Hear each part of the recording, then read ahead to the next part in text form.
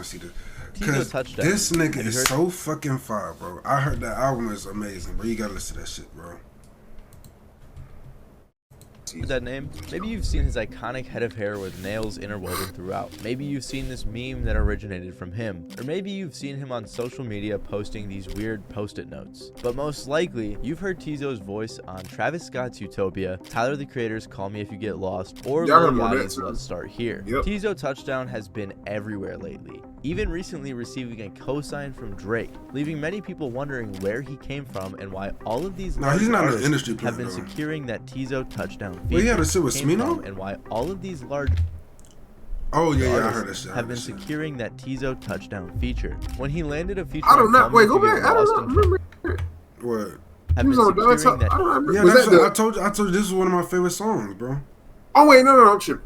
I did. Teezo Touchdown feature. When he landed a feature on Call Me If You Get Lost in 2021, he only had 50,000 monthly listeners, still relatively unknown. And to this day, even with about 6 million monthly listeners, a lot of people in the broader music community aren't very familiar with him. So today, we're going to be looking into why Teezo Touchdown is everywhere. First, I just want to make sure we all understand just how much hype is surrounding Teezo right now. He only has 14 songs out right now as I'm making this video. However, by the time this video is out, his highly anticipated album will be out as well. Regardless, with only 14 songs and not much information about him out there, Teezo is pretty mysterious. He's featured on songs by artists like Don Toliver, Lil Yachty, Tyler the Creator, Travis Scott, Paris, Texas, Westside Boogie, Rico Nasty, Between Friends, and many more, a lot of which have come out this year. Like I said, he also recently got a shout out from Drake, which, as we have seen over the past couple of years, is a sure giveaway that an artist is about to blow. Drake even said that Teezo's album is the best. Sexy Red.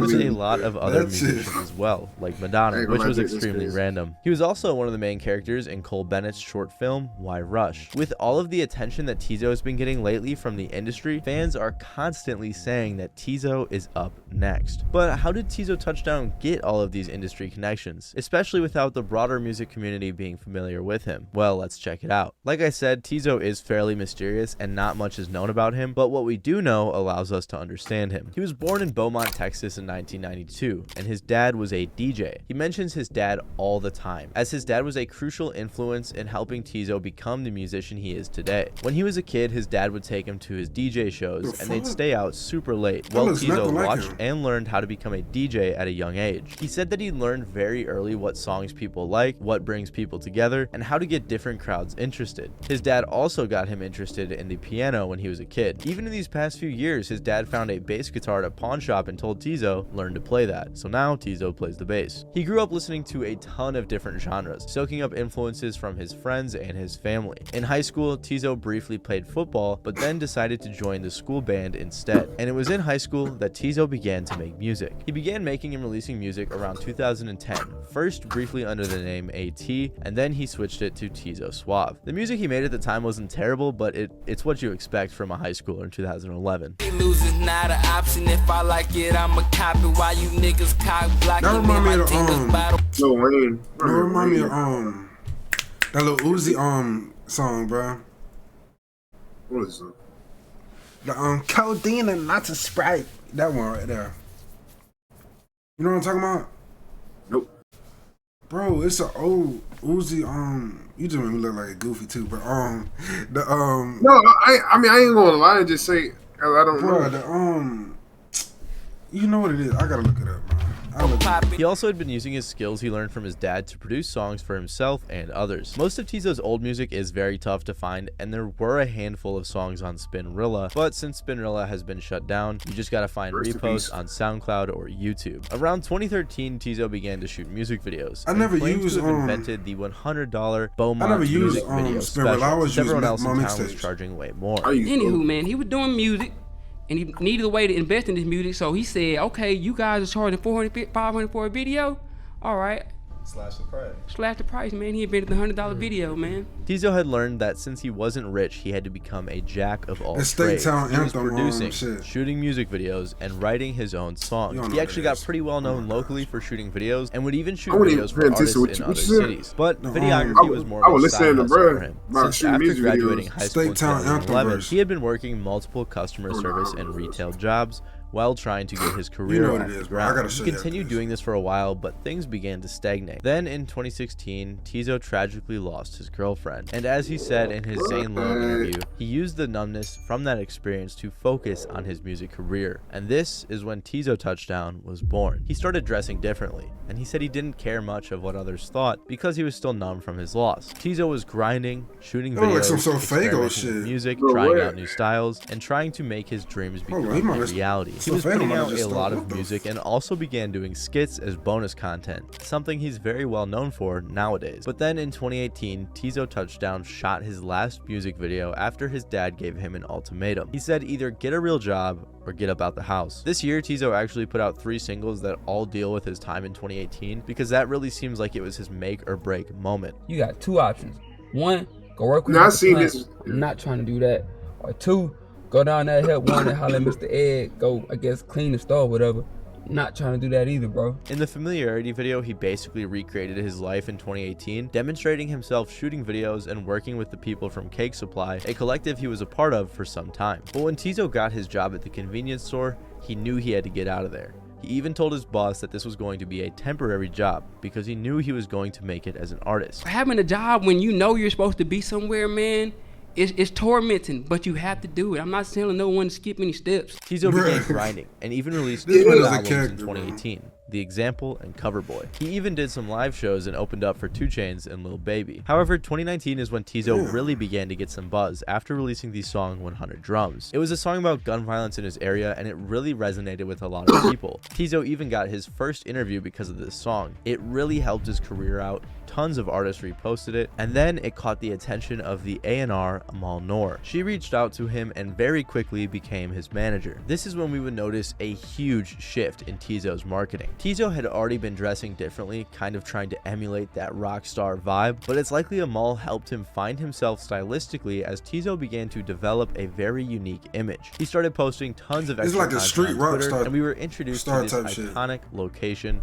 the garage. He performed multiple music videos here, altering the stage for the song, creating a very unique vibe. In late 2019, he posted a remix of The Box by Roddy Ricch, which helped him get a little more attention as well. Teezo also began putting the nails in his hair, an idea he got after finding nails laying around at his dad's house. These things became a staple in Teezo's image, helping him differentiate himself from other artists. His music began getting a lot of attention in the underground, helping him to develop a cult following. He put out a handful of singles throughout 2020 and 2021, and then he got featured on Tyler the Creator's album, giving him a huge boost in popularity. His Tyler personality also took Teezo on and his tour in style 2022, matches up which with is Tyler great for Creator type attention. shit. He was a little quiet in 2022, especially since he said he was focusing on fashion, but in 2023, Teezo Touchdown has been on a huge feature run. He's also been releasing a lot of his own singles as well. 2 of his biggest features though were with Lil Yachty and Travis Scott, putting all of these curious eyes on I know he had Teezo. a So song sure, with we Yachty. understand his come up and how he started to get some traction, but why did Tyler the Creator decide to put this small artist on his album and bring him on tour? How did he get on Travis Scott's album? How did he get on Lil Yachty's album? Why is he friends with Madonna? Why is They got Teezo a- Touchdown everywhere? I Well, forgot after that shit. Teezo Right posted here 100 is the Drums, Trippie reposted it and reached out to Teezo. They eventually met in LA in a studio in 2019 and became close friends. Teezo can be seen as a cameo in Trippie's Murder music video shortly after Trippie reposted his song. A year later, he was featured in Trippie Redd's Montreality interview with the rest of the 1400-800 crew, and it seemed like they were all really good friends. He look like a regular ass nigga right there. What the yo? Teezo Touchdown. Yo. So it's simple, right? Teezo met Trippie and then just got all of his connections through him. Well, not really. Teezo explained in his Zane Lowe interview that the reason he's been getting all of these features is because he thinks all of these artists are catching on quicker than the rest of the world. He said even though his debut album hadn't been released and he was barely cracking 100,000 views on YouTube, all of the artists he's worked with believed in him. One day in 2020, Tyler the Creator randomly reposted Strong Friend, something he does with a lot of smaller artists that he's a fan of. It was through this that Teezo and Tyler got connected. Legend has it, someone sent him sucker. LOL, look at this. He's seen like the artistry in it, and reached out, and Basically, just warn me of what's to come. Not even like warn me, but like, yo, you doing your thing. The pan out is crazy. And yeah, I'll see you later. And then later ended up being Run It Up. After this interaction, Teezo Touchdown was featured on Call Me If You Get Lost and opened for Tyler on his tour along with Callie Uchis and Vince Staples. Just from that one feature alone, he shot from 50,000 monthly listeners to about 3 million. Like, I'm on my first tour right now because of Tyler the Creator. I got my first Billboard placement because of Tyler the Creator. And just like Tyler, he met Madonna through a very similar organic connection. Legend has it that Stephen Klein did my music, and I look on my Instagram and Madonna's following me. I'm gonna assume that just like Tyler the Creator, Trippie Redd, and Madonna, other artists like Lil Yachty, Travis Scott, Drake, and everyone else just genuinely liked Teezo's music, recognized his talent before the rest of the world, and wanted to share what they saw. Not only that, but if you watch any Teezo interview or follow him on social media, he just radiates positive energy and seems like a great guy. So I'm sure he's easy to get along with and has developed genuine relationships with a lot of these artists. Even if you don't like his music, there's no reason not to like the guy. He's so kind and positive in both his music and his interviews. He interacts with his fans every single day and makes customized sticky notes just to connect with them. So the reason Teezo Touchdown is everywhere is simple. He's a genuine guy and a talented artist. And others in the industry this is the guy I was talking about earlier that saw his vision commented on my and wanted shit to share his when I reacted talents to with the the video. rest of the world. Anyways, thank you guys for watching. I hope you enjoyed this video. If you did, please make sure to leave a like down below. Other than that, though, this has been Matty Balls, and I'll see you guys next time. You don't know who Matty Balls is? Recently, an artist by the name Fuck, I don't know. Matty. Teezo Touchdown. Yeah.